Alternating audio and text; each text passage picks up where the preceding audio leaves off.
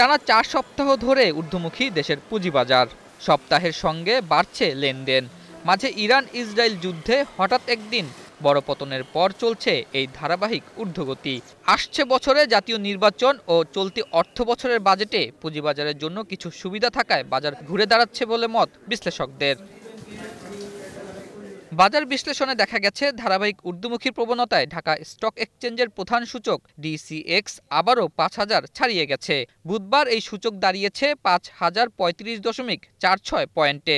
এদিন লেনদেন হয়েছে ৬৯০ কোটি ৬২ লাখ টাকার শেয়ারের, যা গত ৮ মাসের মধ্যে সর্বোচ্চ লেনদেন।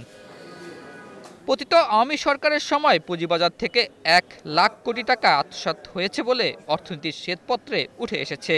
আর্থিক খাতে নানা অনিয়ম, দুর্নীতি ও লুটপাটের ফলে বিনিয়োগকারীদের আস্থা ছিল তলানিতে। ৫ আগস্ট হাসিনা সরকারের পতনের পর এই আস্থা বাড়ার সম্ভাবনা তৈরি হলেও সেই আশার আলো আর ফুটেনি। নিয়মিত পতনে সূচক ও লেনদেন নামে সর্বনিম্ন অবস্থানে। বাজারের প্রতি আগের মতোই আস্থার সংকট থাকায় বিনিয়োগকারীরা মুখ ফিরিয়ে রেখেছিল বলে মত পুঁজিবাজার সংশ্লিষ্টদের। তবে ফেব্রুয়ারিতে নির্বাচনের সম্ভাব্য সময়সীমা ঘোষণার পর আস্থা ফিরতে শুরু করেছে বাজারে। এটা আমরা সবসময় বলে আসছিলাম যে ইলেকশনের যখন ডেট অ্যানাউন্স হবে তখন থেকে বাজারটা একটু টার্ন অ্যারাউন্ড করা শুরু করবে। এখন পর্যন্ত বিএসইসি কোনো পলিসিগত ডেভেলপমেন্ট কাজ বাজারের জন্য করে নাই। সো আপনি সঠিকভাবেই বলেছেন যে যেহেতু একটা রোডম্যাপ আসা শুরু হয়েছে আস্তে আস্তে, ওইটার রিয়াকশন বাজারটাও দিচ্ছে। বর্তমানে পুঁজিবাজারে ভালো কোম্পানির শেয়ারের দর টানা পতনে সর্বনিম্ন অবস্থায় নেমে গেছে। সেই সঙ্গে কমেছে ডিইসির পিই রেশিও। গত সপ্তাহে ডিইসির পিই বেড়ে দাঁড়িয়েছে ৫৭.১৮ পয়েন্টে, যা আগের সপ্তাহে ছিল ৫২.২৫ পয়েন্টে। শেয়ার বাজারে বিনিয়োগের পর এর মূল্য ফেরত পেতে কত সময় লাগতে পারে সেই হিসেবকে বলা হয় পিই রেশিও বা প্রাইস আর্নিং রেশিও।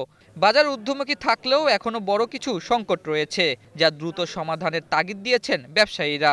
সময়ের একটা ব্যাপার আছে, কোন সময় কোন স্টেপ নেবেন সেই স্টেপসগুলো সময় মতো নেওয়া হয় নাই আমি মনে করি, যে কারণে মানুষের যে বড় বিনিয়োগকারী বিশেষ করে তাদের আস্থার সংকট হয়েছে।